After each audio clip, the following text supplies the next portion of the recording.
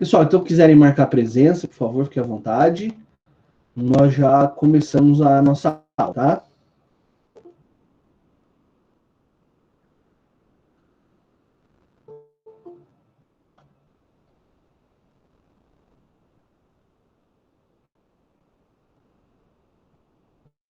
Bom, a proposta para hoje é a seguinte: como nós fizemos uma atividade na sexta passada, e eu percebi que teve um erro ou outro de questões e tal, acho que é de bom tom que nós façamos a correção e tirando também algumas dúvidas que possam surgir ao longo desse processo, né? E daí na quarta que vem a gente volta com matéria, tudo do jeito que vocês gostam, tá? Mas eu acho importante que nós façamos a correção da atividade hoje. Eu vou tentar compartilhar a tela aqui, se eventualmente travada, aí a gente faz aquele procedimento que vocês já estão acostumados.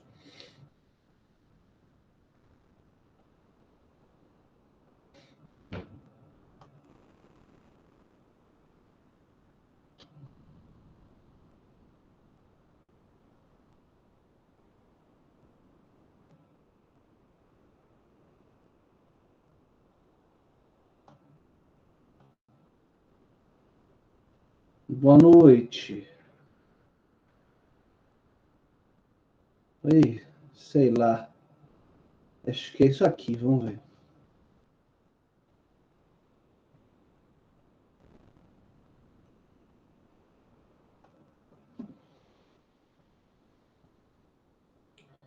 Vamos ver se vai dar certo.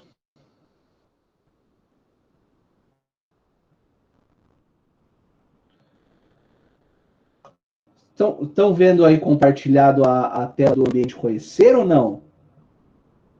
Com a questão e tal? Hã? Não? Tá, então vamos tentar de outro jeito. Se não der, eu vou lendo e a gente vai acompanhando. Acho que é a tela inteira, então. Vamos ver.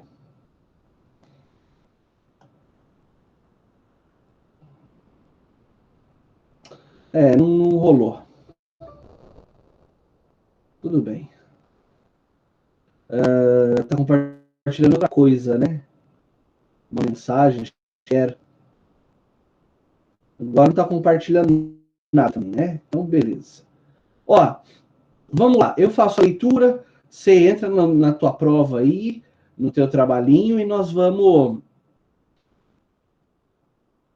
Então. E nós vamos acompanhando, tá? Então vamos lá.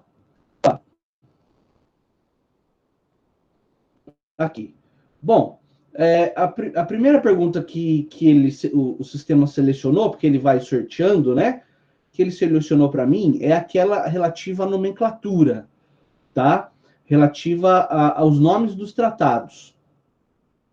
Então ficou assim: sobre a terminologia e nomenclatura dos tratados internacionais, assinale a incorreta. Aí tem a letra A. Pacto. A expressão tem sido utilizada para restringir o objeto político de um tratado, do qual é exemplo o Pacto do Aço, celebrado em Berlim em 1939. Tá certo. Depois, acordo, geralmente utilizado para tratados de cunho econômico, financeiro, comercial e cultural, também está certo. Concordata, assinados pela Santa Sé sobre assuntos religiosos, organização do culto, disciplina eclesiástica, etc.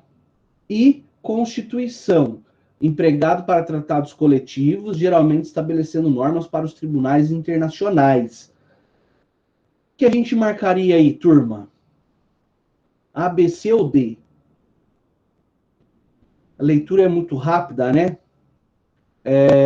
Veja, o que eu quero destacar nessa questão, a título de revisão, é que a Santa Sé, quando ela celebra tratados internacionais, ela é equiparada a sujeito internacional, tá? Mas só para os casos em que ela celebra esse tipo de tratado chamado concordata. Bom, a questão errada aí, que deveria ser o gabarito da prova, da questão, é a letra D, né? Porque tratado Constituição nós vimos quarta-feira.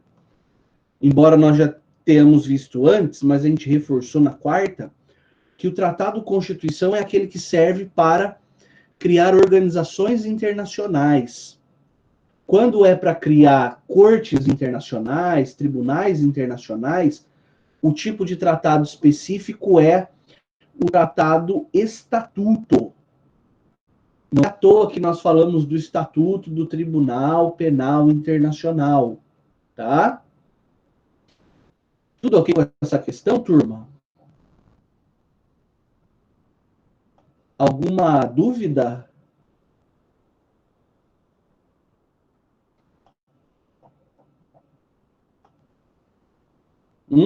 Tem alguém aí?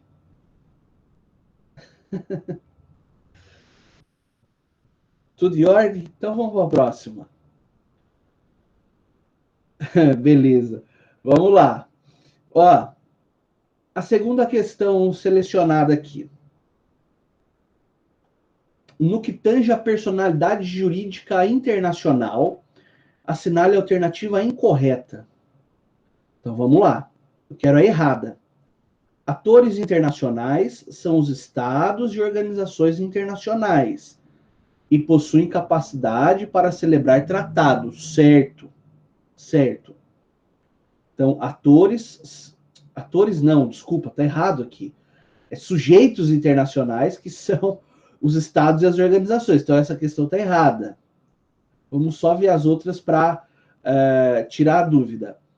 Os atores internacionais não possuem capacidade para peticionar perante os tribunais e cortes internacionais. Certo, eles não possuem mesmo. Capacidade jurídica internacional significa a prerrogativa de contrair deveres e exercer direitos na órbita internacional. Sim, tá certo. E a letra D, os sujeitos também atuam como atores nas questões burocráticas e que não são criadoras de direitos e obrigações no âmbito internacional. Também está certa. Portanto, a errada é a questão que menciona aqui, no caso, a letra A, que atores internacionais são os estados e organizações. Não. Os estados e organizações são sujeitos internacionais quando celebram tratados. Tudo ok? Alguma dúvida?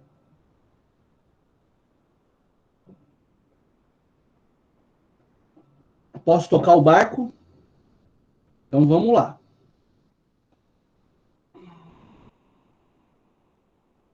Número 3. São tendências evolutivas do direito internacional. Então, matéria da primeira aula, né? Institucionalização, jurisdicionalização, regionalização e agregação. O errado aí é a agregação, tá? Não existe essa tendência, não ter esse nome. Depois vem agregação, publicização, codificação e humanização. Errado aí são as duas primeiras. Como eu disse, não tem agregação e não tem publicização. Terceira, universalização, regionalização, institucionalização, humanização, objetivação, codificação e jurisdicionalização. Exatamente, aqui estão todas as tendências evolutivas. No meu material aqui na letra C, você descarta a última também, porque está ali agregação, que, como já mencionado, não é tendência evolutiva. Essa questão é um pouco mais de decorar assim os nomes, né? Mas antes de decorar os nomes, é importante que a gente entenda o conteúdo, né, dessas tendências evolutivas. Número 4.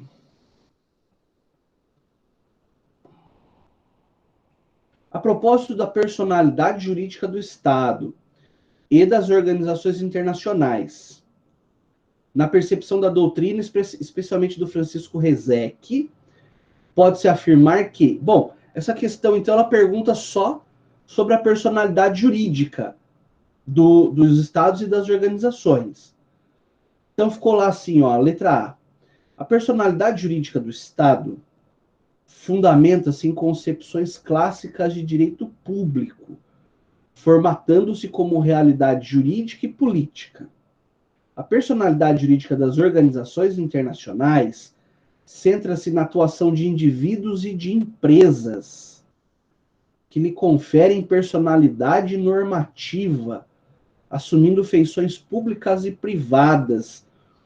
Quando nós fizemos o estudo das organizações internacionais, em momento nenhum a gente vê participação ou influência ou atuação de empresas, mas sim de estados soberanos que criam as organizações internacionais. Não está errada. Depois vem a letra B. A personalidade jurídica do Estado é originária e a personalidade jurídica das organizações internacionais é derivada, exatamente. Essa alternativa está certa, foi objeto de revisão na quarta-feira. Depois vem, porque o Estado tem precedência histórica, sua personalidade jurídica é derivada? Teria que ser o contrário, né? Quem vem antes da origem. E porque as organizações resultam da elaboração jurídica resultante da vontade de alguns estados, sua personalidade jurídica é originária. A alternativa aí inverte os conceitos. E a última, o direito das gentes, o direito internacional, né, não identifica a personalidade jurídica das organizações internacionais. Como não, né? Dado que é aplicado especialmente aos estados, que detém natureza jurídica definida por elemento de direito público. Tá errada essa questão por negar personalidade jurídica para as organizações internacionais. Portanto, aí o gabarito seria a letra B. Depois vamos adiante.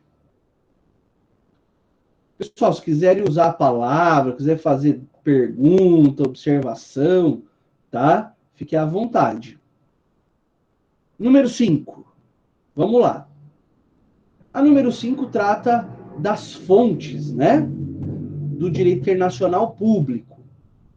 Que fonte entre as listadas a seguir não pode ser considerada fonte de direito internacional? O costume pode? Sim. O costume já foi fonte principal, hoje é fonte auxiliar. As decisões dos tribunais constitucionais dos estados, veja, já vou marcar aqui que essa está errada, não é? Já que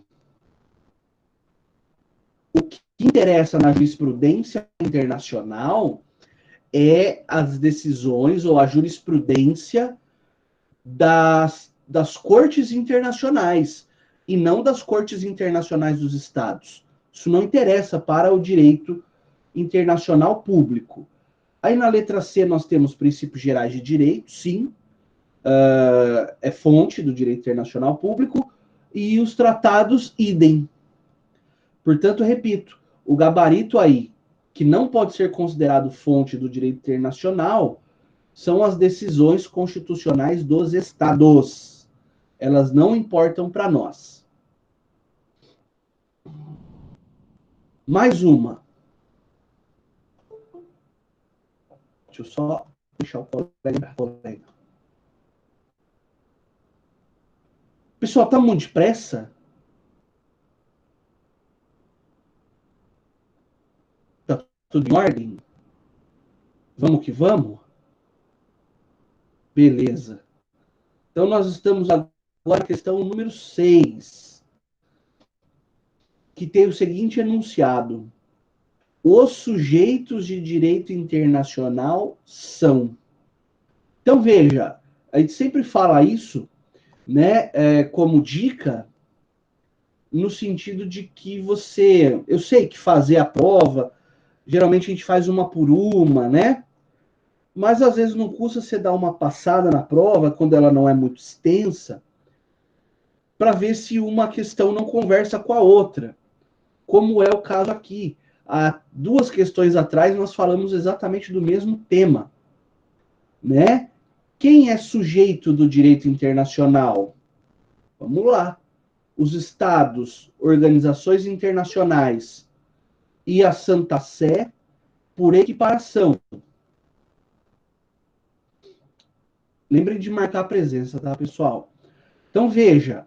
Letra A, estados, organizações internacionais e Santa Sé, por equiparação. Essa alternativa está certa. Vamos ver porque as outras estão erradas.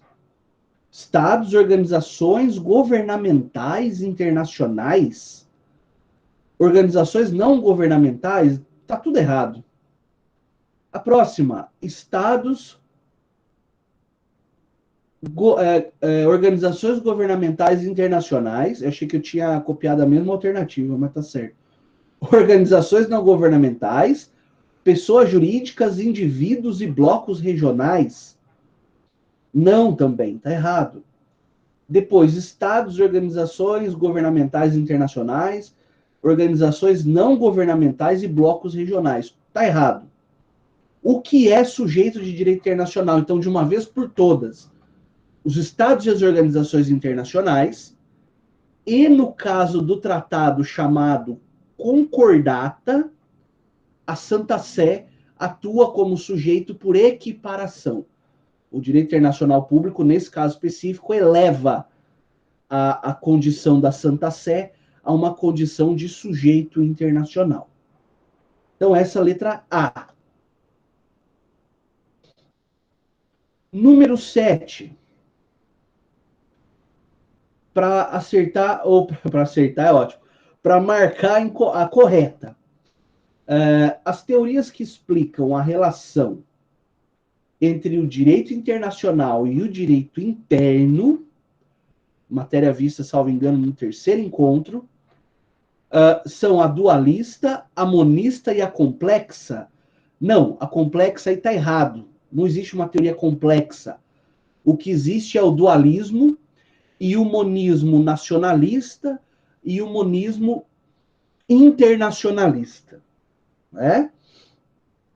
As fontes do direito internacional classificam-se em primárias, secundárias e terciárias. Está errado. As fontes do direito internacional público são primárias e secundárias ou auxiliares. Não tem fontes terciárias, isso não existe.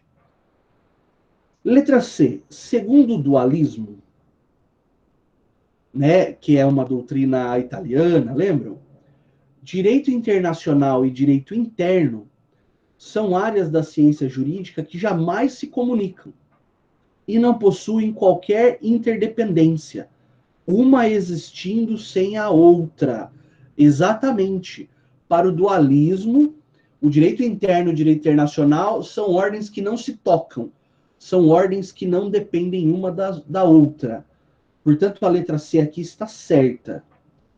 E a letra D, para que a gente veja o porquê do erro, o monismo com primazia no direito internacional prega o culto à Constituição? Não. O monismo com primazia no direito internacional, como o próprio nome já ajuda, ele prega uma supremacia, um culto ao ordenamento internacional prevalecendo sobre o direito interno. Portanto, está errada essa letra D. O gabarito da alternativa 7 aqui da nossa correção seria a letra C.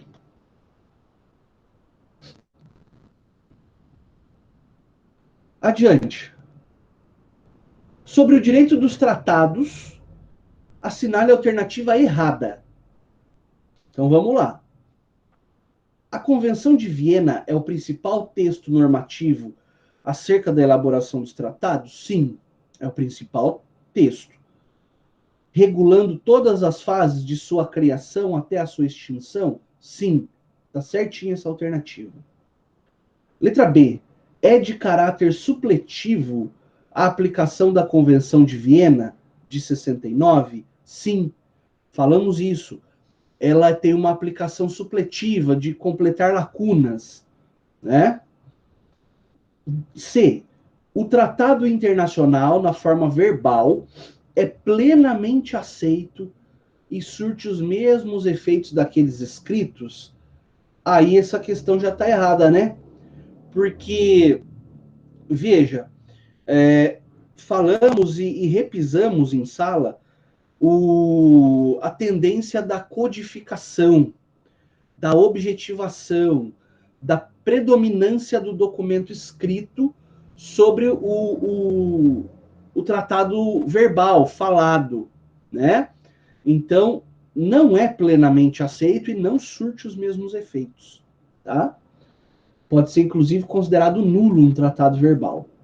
E a última, além do texto principal do tratado, podem existir outros instrumentos que o acompanham, a exemplo dos protocolos adicionais e dos anexos produzidos concomitantemente à produção do texto principal. Nem sempre é concomitante, né? Aqui talvez a questão possa ter traído vocês no sentido de que a produção é concomitante ou posterior, né? E daí, como nosso ambiente é democrático e aberto ao debate, eu pergunto: se alguém eventualmente errou essa questão e tem vontade de pedir anulação dela, o momento é agora. Porque eu tenho esse enunciado da letra D pode ter conduzido alguém ao erro, tá? Ou se quiser ver depois também e me avisar, tá? Essa questão tá sub júdice, por assim dizer. Tá certo? Vamos adiante? Então vamos lá.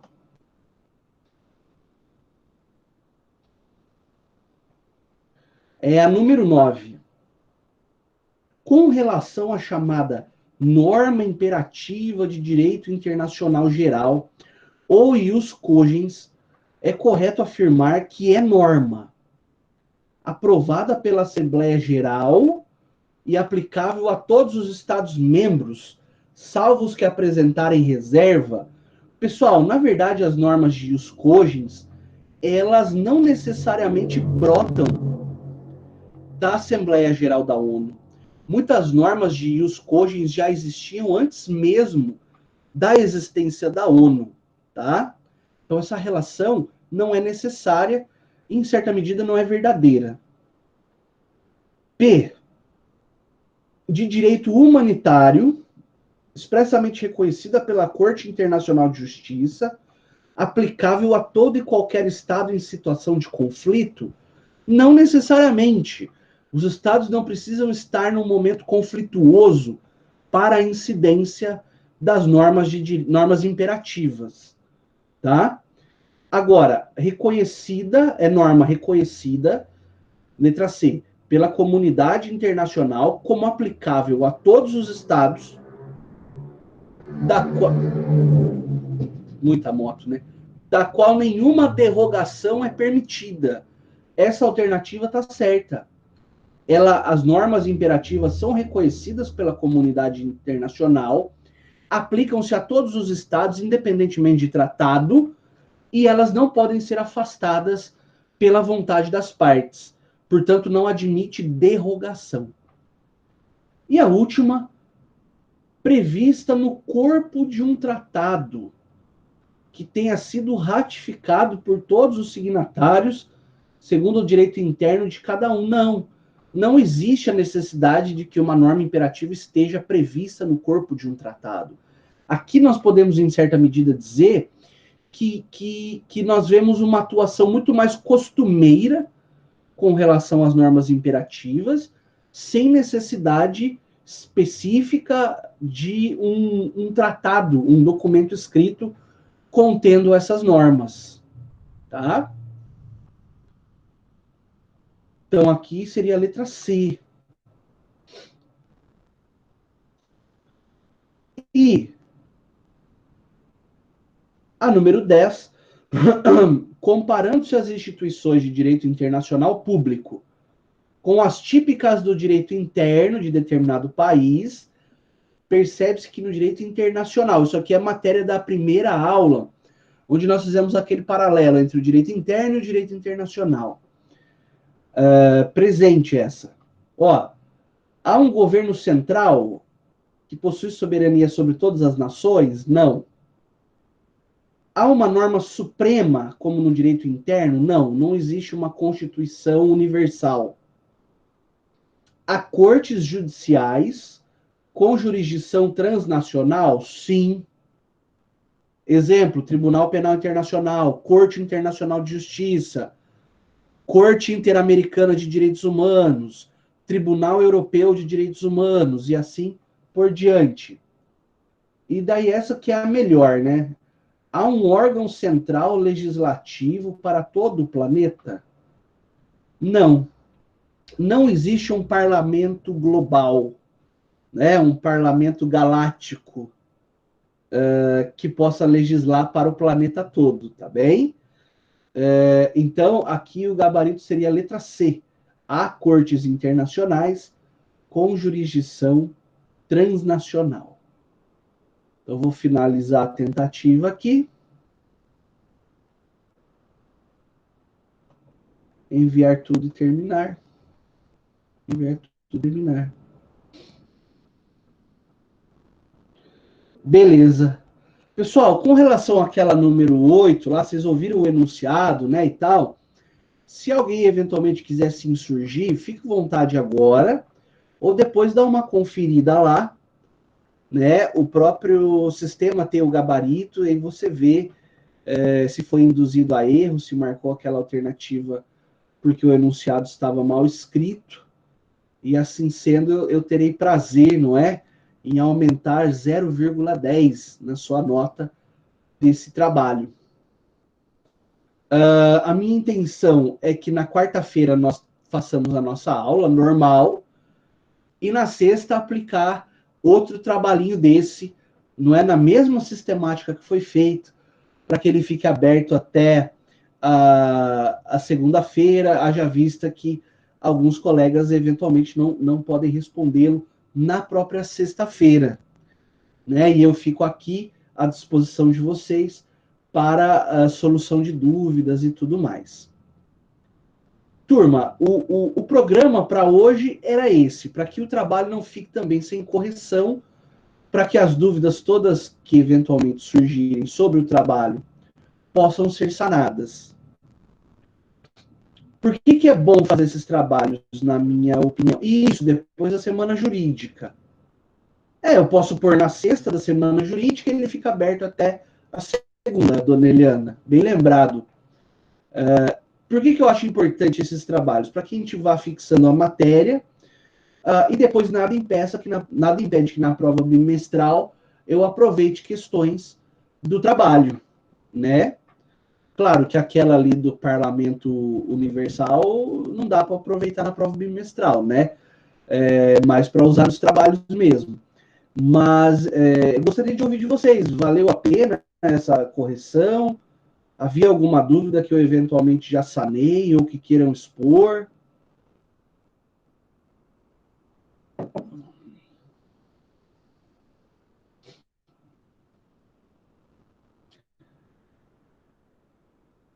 É muito bom, né? Porque parece que a gente fica esperando uma mensagem do além, né? Valeu a pena, Luiz?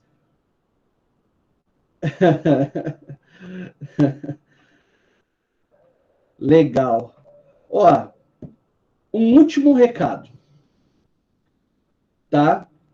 Semana que vem nós temos semana jurídica, bem lembrado, pela doutora, por que não? Eliana. E eu convido vocês a participarem, tá? Eu sei que muitos estarão envolvidos na apresentação de TCCs, não é isso? Mas aqueles que eventualmente já apresentaram, ou que tenham apresentado na semana mesmo, da semana jurídica, e quiserem e puderem, né, prestigiar o evento, a presença dos alunos de 10º termo sempre é muito importante, não é? Porque o pessoal do 10º termo é que é o exemplo, é o modelo que o resto da faculdade segue, não é? Então, eu gostaria muito de convidá-los, claro, conforme a possibilidade, eu sei que tem as bancas, para... Não é assim também, né, Bianca? Para participarem da semana jurídica, né? Que modelo excelente que eles têm, tenho certeza, né? É uma pena que nós não temos mais, pelo menos por esse semestre, a presença lá, né, física na faculdade, porque quando os alunos de 10º termo passam, todo mundo fica olhando, fala, olha aí os decanos, né? Pois é, acabou que ficou junto aí esses dois eventos, né? A Semana Jurídica e a apresentação de TCC. Acabou juntando. É porque o calendário acabou ficando um pouquinho apertado devido a esse momento excepcional, né? Mas então, aquele sonho, né? Ninguém assiste daí. Mas beleza, pessoal. Eu estarei em banca no dia 9, 10 e 11. Né, estarei fazendo bancas. Por exemplo, não vou poder prestigiar muito o evento da Semana Jurídica, estarei prestigiando senhores e senhoras, fazendo perguntas, não é? Observações, e por aí vai.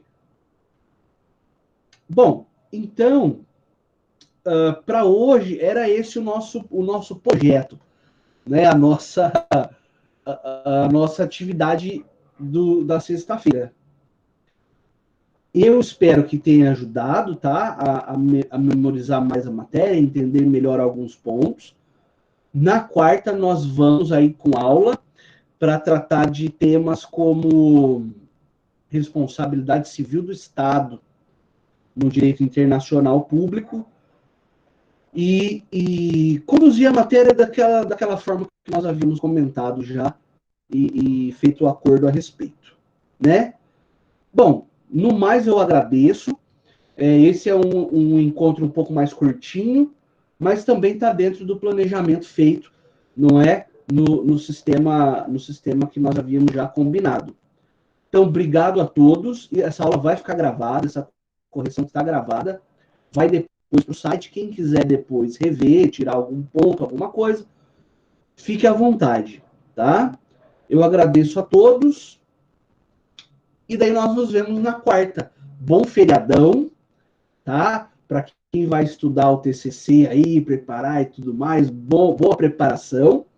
E nós nos encontramos, então, em banca agora, né? Quarta, então, não tem aula, tem banca. Nós nos encontraremos aí nesse evento também, que é sensacional. Tenho certeza que vai dar tudo certo para todos. Bom? Valeu, bom fim de semana prolongado a todos. Valeu, gente. Valeu, obrigadão. Se ficar com saudade, pode mandar um alô no zap lá que eu respondo, tá? Valeu. Valeu, turma. Bom fim de semana a todos. Valeu. Deixa eu só interromper a gravação aqui. Valeu, Távio. Até semana que vem, hein? Vamos lá. Valeu, Vitória. Valeu, Nicole. Valeu, Vanessa.